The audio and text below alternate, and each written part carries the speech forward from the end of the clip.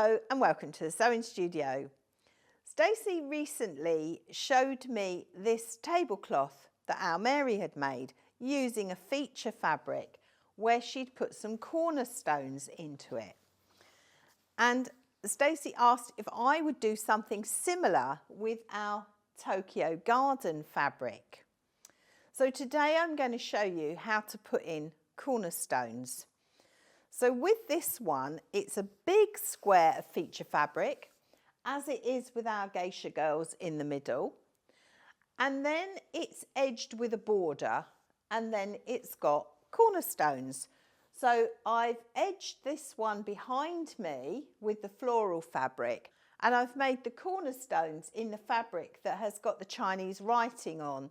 And the thing to remember there is it's directional fabric.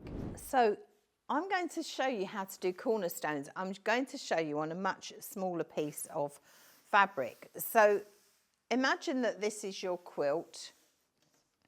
So I've done a square, and what I'm going to do is I'm going to put some borders on it. So this measures 14 inches. These are 2.5 by 14. So the first thing I'm going to do is I'm going to machine a border top and bottom, and then I'm going to put my cornerstones on my side pieces of fabric, top and bottom,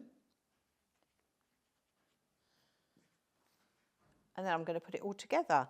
So just bear in mind that if you've got directional fabric on your cornerstones, you need to think about your placement of that fabric. So I'm just going over to the sewing machine to sew these together.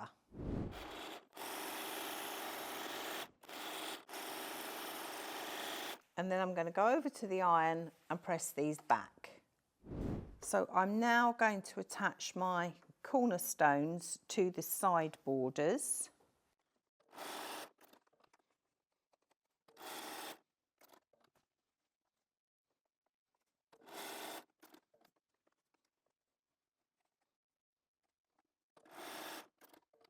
And I'm just going to go over to the iron and give those a press. So I'm now going to attach the side pieces. So you always do your top and bottom first, then you do your side pieces with your cornerstones next. So what I should have said earlier was the fabric I'm working with today is called D for Dream, and this would make a lovely baby's play mat, this fabric. So I've pushed my seam going that way, and what I should have done was ironed this seam the other way. So I'm just going to finger press that. So I've now got my seams going in opposite directions, so I can push those two together and put a pin there so we get a nice line for our corner. We want a nice straight line for our cornerstones. So a couple of pins in there. I'm going to do the same the other way, so you can see that that's going to the right, so I'm just going to push this to the left. I should have thought about that when I ironed it, really. So I'm going to pop a pin in there and do the same with the other side.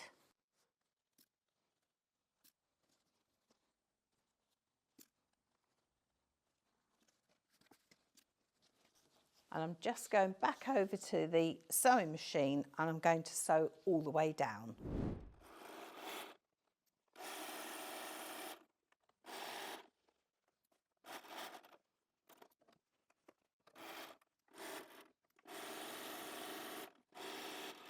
So I'm just going to go and give that a good press. So now that's pressed, you can see how those cornerstones have gone in, all 4 cornerstones. And that's a lovely way to use a bigger feature fabric in your centre. So all you need to remember is your cornerstones need to be the square of whatever size border you're using. So if we look at the quilt behind me, the borders that I put on were 5 inches wide. So my cornerstones are 5-inch squares. So we've used this lovely fabric here with a big feature in the middle, and we haven't quite finished this off. So I'd like to hear from you in the comments what you think we should do. Should we put some wadding and back it and turn it into a quilt? Should we do it with some fabric as Mary had done with the tablecloth, so we could just back it with some black fabric and make it into a tablecloth? Or should we put some fleece on the back to make it nice and cozy? What colour binding do you want to see on it? So I'd love to hear from you so that we can get this finished off. So I hope today I've shown you how to put in cornerstones really quickly and simply. And don't be afraid to use the lovely feature fabric in the middle. As always, make it your own, have fun, and I look forward to seeing you next time here in the sewing studio.